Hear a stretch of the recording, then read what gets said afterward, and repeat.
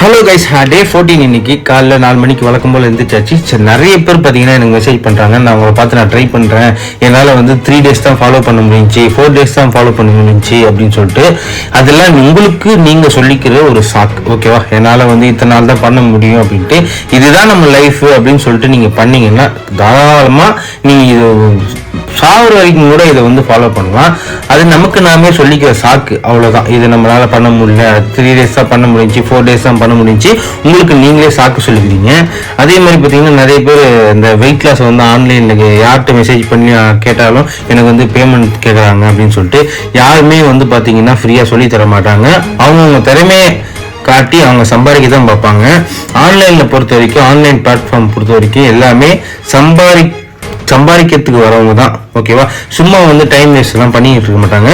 So நீங்களும் அதை நம்பி எல்லார்ட்டையும் ஃப்ரீயாக சொல்லி தரணும்னு கேட்டுக்கிட்டு இருக்காங்க, ஓகேவா? பை.